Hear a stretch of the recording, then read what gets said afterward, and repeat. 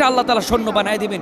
যে ব্যবসায় হাত দিবে ওই ব্যবসাতে আল্লাহ তাআলা বরকত দান করে দিবেন, এবং যে ব্যক্তি এই আমলটা শুনে অন্য মানুষকে শুনিয়ে দিবে, শেয়ার করবে তার কাছে, আল্লাহ তাআলা তাকেও রিজিকে বরকত দান করে দিবেন, অভাবগুলো দূর করে দিবেন। আল্লাহ এত বরকত দান করবেন যে আল্লাহ তার মনের সব আশাগুলো পূরণ করে দিবেন।